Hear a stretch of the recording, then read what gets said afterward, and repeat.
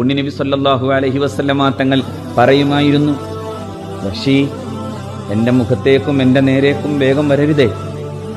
ആ സങ്കടം പെയ്തൊഴിഞ്ഞു പോയിട്ടില്ല, ആ കണ്ണുനീർ അവസാനിച്ചിട്ടില്ല, ആ ദുഃഖത്തിൻ്റെ, ആ കഥനത്തിൻ്റെ, ആ മഹാഭാരത്തിൽ നിന്ന് ഞാൻ ഇപ്പോഴും ഒഴിഞ്ഞു പോയിട്ടില്ല.